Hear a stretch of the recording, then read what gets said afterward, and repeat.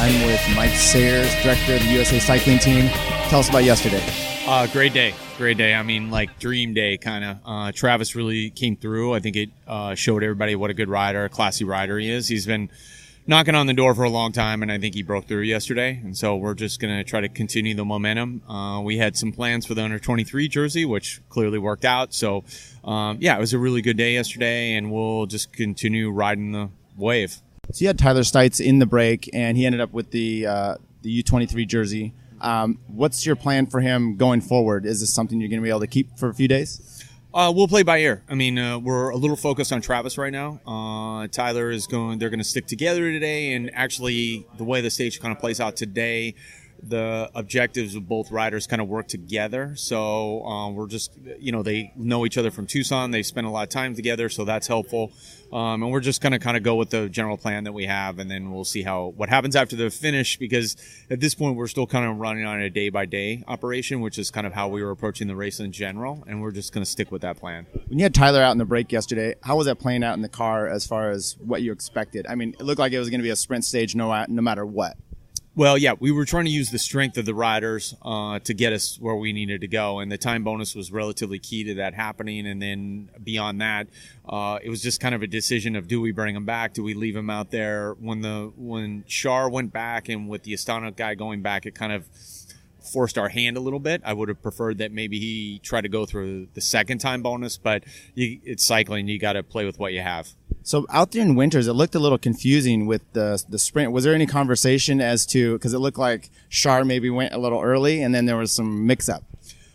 Yeah, I mean, we played our hand. I mean, Tyler played his hand, and he's actually a much better sprinter than people give him credit for, considering how well he climbs. And we know that. But a lot of these riders are unknown factors to these bigger teams, so they don't really know what to expect.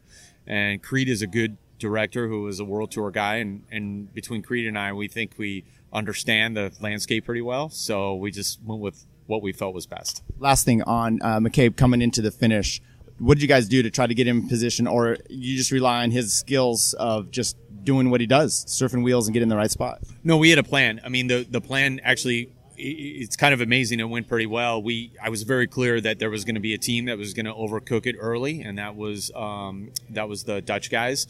And as soon as they started riding from like a lap and a half out, I was like, this is perfect, because they're going to go really hard, and then Quick-Step is going to go over the top, which is kind of what happened. The bottom line was, we needed to, in that sprint, you have to stay within the wheels if it's just you and another teammate, and you have to come a little bit late, but you have to have the position. And Travis was, I think, clearly the fastest guy, and he did everything right, and he ended up pushing up his own wind for most of his sprint.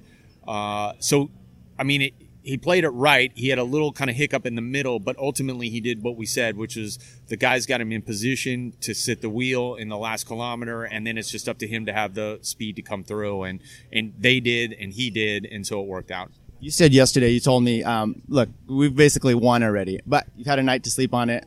Now what are you going to do? What's the plan for the rest of the race? We've won already. You're giving up. No, we're not giving up. But at this point, the most dangerous person in the world is a guy that has nothing to lose. We have nothing to lose. So at this point, we have accomplished all of our goals.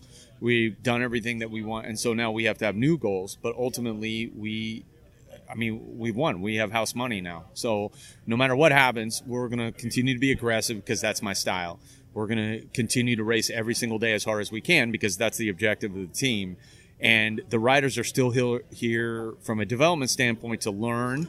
They're here to get experience, to get fitness, and all of those boxes are being ticked off. But ultimately, we have to get to the end of the race for all of that to be completed. So right now, we're going to get to the end of the race. We're going to take it day by day, which is what we talked about before. We're not going to change that plan, and we're going to take the opportunities when they present themselves, like they did yesterday.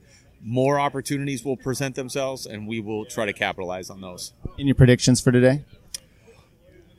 It's a tough finish. It's a really tough finish, and it's a grinding stage. And I think that with the late start yesterday and the early start today, that it may take some guys a while to get going, but there's still a lot of racing ahead. And I think that because it's essentially uphill the whole way today, Last year when they did this, it was pretty conservative in the group. I think the breakaway is going to need to be 8 or 10 guys to really have any hope of working. But there is a precedent for the breakaway making it to the finish with Tom Scoins a couple years ago, and that is certainly could happen today.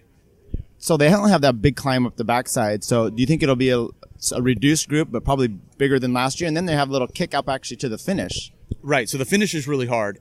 I think the descents are more of an issue than the climbs once we get up at altitude, because if the wind is really blowing, the descents could actually split the field. They're super fast.